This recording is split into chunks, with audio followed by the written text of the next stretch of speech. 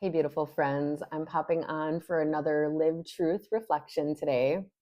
And right now, there is a flow of like reflection around grief and specifically wanting to touch on this as it relates to Mother's Day. And this has been a challenging time of year for me for a good chunk of my life for various reasons. And I will likely do different videos on different segments of things that feel appropriate for me to share.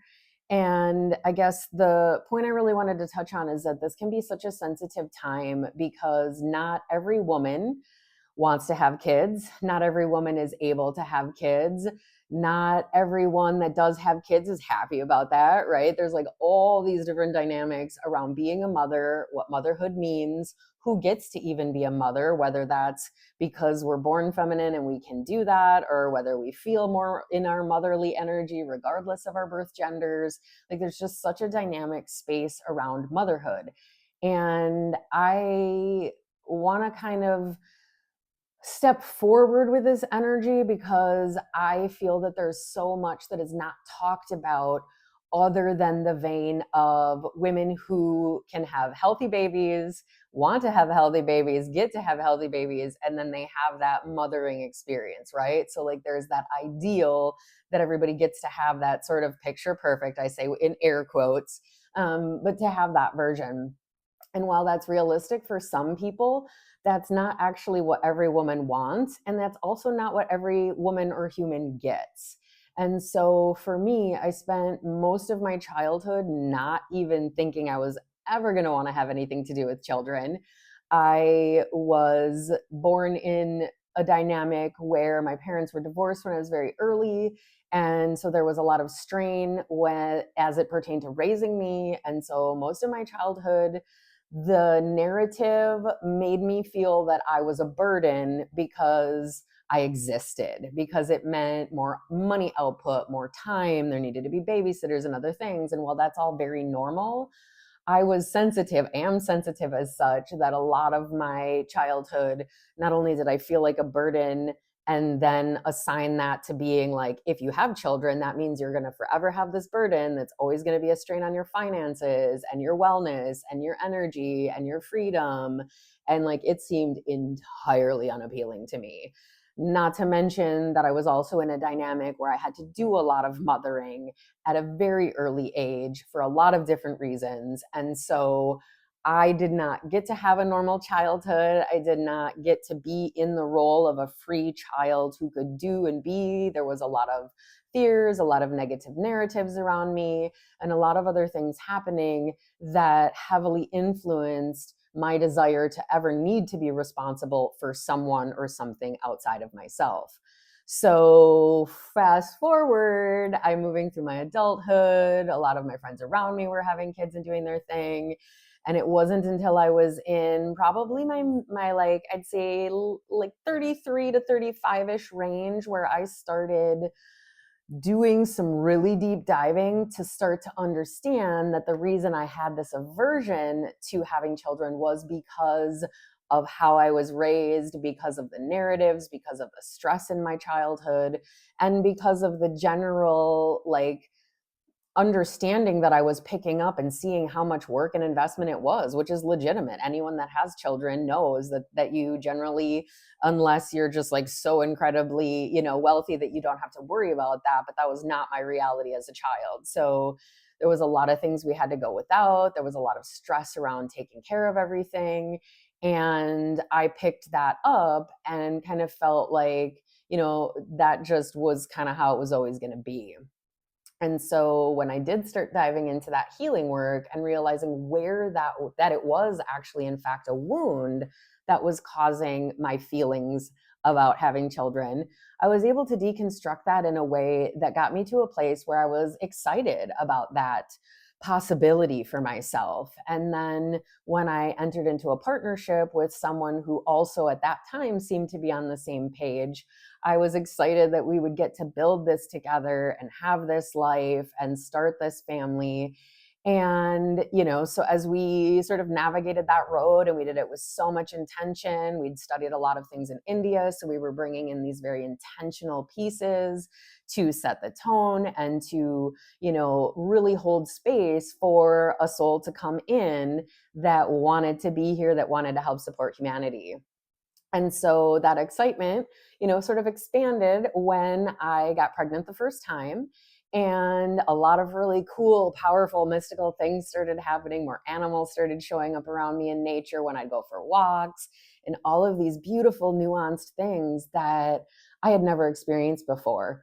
And it was incredibly powerful. And as I was flowing through that, I was getting more excited and celebrating and beginning to tell people, because I was in my second trimester. And within probably 2 weeks of us starting to share with people, I felt something wasn't okay and went into the doctor's office by myself. And interestingly, and I pay attention to all these little nuances, there was a hawk waiting right outside of the birth center. And it really gave me the sense of, okay, spirit is here with me. Maybe everything's okay, even though inside of me I'm feeling like everything is maybe not okay. And so I got to the place where I then had them check things out, and it turns out that things weren't okay. And I was in the process of essentially losing that baby. And so I had to sit with that. I had to reconcile with the fact that I, in that moment, was excited, but wasn't going to be able to, have this baby go all the way to full term. And I was going to have to deal with the process that also comes with. And so I'm not going to go into too many of those details in this space because this is a sensitive topic. But what I will say is that I moved through some of the most intense pain physically that I'd ever felt with that. I did end up, having the birth at home, but of course, you're birthing something that's already transitioned. So I think you can imagine what that might feel like in a process that for some would be very joyful. And for me was very intense physically, very emotional, very sad, and very just big, because I didn't really think about that being an option. That wasn't even in a notion in my head at the time. And it was also so intense from the perspective of have been so excited and then have this, sort of trauma, and then the physical trauma, and your body's going through a process of hormones that are outside of our control. So it's like the hormones that happen when you are, then the hormones that happen when you aren't, especially when you don't go full term. And it was a whirlwind for me just from that first loss. And so we were given the okay to, go through one, moon cycle and then start trying to conceive again. And so we did. And lo and behold, next cycle through, I'm pregnant a second time. And so excited, like doing all the things, right? Like I had been doing all the things for the first one, and then was still, all of the dietary, the supplements, all the stuff, right? Everything within my control that I could do. And so I'm going through and keeping that mind frame only to get to the space of just shy of the second trimester and discovering that, in fact, the second child was passed away. And so in 2018, it was the same year, back-to-back losses of children, back-to-back pregnancy hormones and loss of babies, and then sitting with, whoa, okay, is this even going to be possible for me now? And being in a space of not even knowing what to do, but realizing that I needed to take a little bit longer pause. I had some travel plans coming up, and I also needed to sit with what this all meant to me to have back-to-back children that die. And it's like, I don't, for those of you who don't understand, like if a man is gonna feel it different than a woman, right? Like they can still get excited, but it's different for a woman who actually has it in their body. You can feel, for me, I could feel the life, I could feel the presence, I could feel the difference in my body and being with that energy with me. And so then having that wave of a second time where it just didn't happen again, it took me to another layer deeper and a space of me really not understanding why this was what was happening in my world when I thought that my dynamic was solid. And now I say this because the big insights that come from this and some of the deepest wisdom that I've learned how to cultivate in this life has come from understanding how these really intense things that we go through don't always make sense in the moment, because we, the collective we don't always know the bigger picture. We don't always see the things that are yet to unfold in our future. And so while I was super sad in that moment, it was just about a year later that the partner that I had been married to, trusted, believed, wanted to, do this life thing with me, build a family with me, stepped forward with an incredible betrayal and turned out to not be who and what I thought they were. And they did not have my back. And they were not someone that in this space I now understand could have raised a family with me. And so while I was incredibly sad and very emotional about the losses of the children, I could then see the blessing after another, unfortunately, very traumatic series of events happened just about a year after I lost both babies. And so you can imagine, for those of you that have lost a child, of which there are many women, okay? So I just want to pause and say this too. The amount of women that I've met over the years who have lost children, who have in many cases told me that no one else besides me even knew that they had been pregnant and lost babies, it has been astronomical, which is another reason why I wanted to step forward and share this and start working to normalize these conversations, because I feel like it would have helped me. And I also know how much it's helped women that I've talked to since my own loss. But what anyone who has experienced that loss, and anyone who's lost a child or even someone you love, whether you get to hold your child or not, like, it's literally growing inside of you. And your expectation, right, is that you're going to be able to eventually hold that child in the physical reality. And so what I realized, though, in that space is that it was such an incredible gift to not have these children with this person that turned out to not be who I thought they were going to be. And in that space, I was then shown how that dynamic opened me up to understanding miscarriages, to understanding the hormones of it, to understanding that form of loss, to being able to relate to other women who have gone through things like this and maybe didn't have the support. And while I had people around me at that time, there was a push for me to move through my grief more quickly. There was narratives of people feeling it was too intense and challenging. And it's like, well, of course it was intense. Can you imagine your hormones going haywire and you've just lost two children and you're supposed to be what? Jolly and sunshiny and happy and just, oh yeah, everything's great, right? It's like, no, you're going to feel grief. You're going to feel loss. You're going to feel heaviness. You're going to feel emotions. Okay. And so it just was such a really wild dynamic because of how it all unfolded.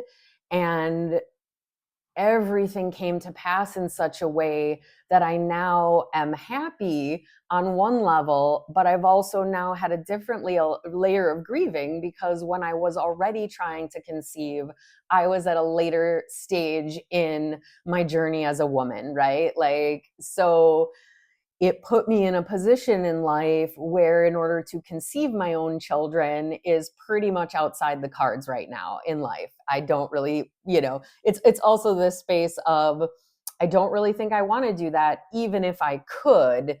And that's more now because of the age I'm at, the space I'm at, what I want to do with the rest of my life. And so it's so dynamic, though, because I still find these conversations that I have with people where women will talk to me about how happy they are that they chose not to have children. I have women come to me that are pissed off because people are constantly on them about having children, but they're single women who are successful who don't want to have children. And I think one of the deeper points with this is that a lot of times people don't even realize when asking other people about things like, do you have kids? Do you have a family? How like sort of upsetting that such a simple question can be, or how loaded such a question can be, right? Because I think that what happens is if people are assuming that everyone wants to have kids and is going to have healthy family, that's a easy peasy question. But for those of us that isn't the reality, it can come with, oftentimes people will ask me if I have kids, and I've even had to play with, do I just say no or do I say none living? And if I say no, then a lot of times what people do is like, oh, well, you don't want them. And so they make an assumption that I don't want them because I don't have them. And I'm like, well, no, if you'd like the full story, I will share. And then when I start to share, then people's faces change. And generally, they're acting like they wish they hadn't asked because, of course, it opens this box that people don't want to talk about. They don't want to talk about the death of youth and, the loss and the grief and, also seeing like what that means, because it makes a lot of people uncomfortable. And part of what makes people uncomfortable is because too many people are afraid to talk about this kind of stuff. They're afraid to share and be open and vulnerable. And I get it, because I was not met with a ton of compassion from people that under other circumstances could be compassionate towards other people and about other things. And so unfortunately, I had from 2018 moving forward this very intense series of losses that stacked on top of each other. And so this just feels like the season of releasing that grief, honoring my children. I did have a name for the first child, who was a girl, and we were going to name her Nova Clara. And so I want to honor Nova Clara and my other baby, who not named by names because I don't entirely know the gender, even though energetically I feel I do. But it's like, for me, Mother's Day is just this complicated on so many levels, not to mention the other levels of having a birth mother and a stepmother and other, family members that kind of stepped in and acted as, honorary mothers in spaces where, my own mother needed more support in helping care for me. And so I just think that, this is a new season and a new cycle to honor this, because I want to celebrate Mother's Day and I want to honor the fact that I am a mother, even though my children are not in body. And even though I help a lot of other adults mother themselves and remother their inner children. And so I guess I also really want to say that being a mother doesn't have to look like one thing for any single individual, whether you're a feminine or not.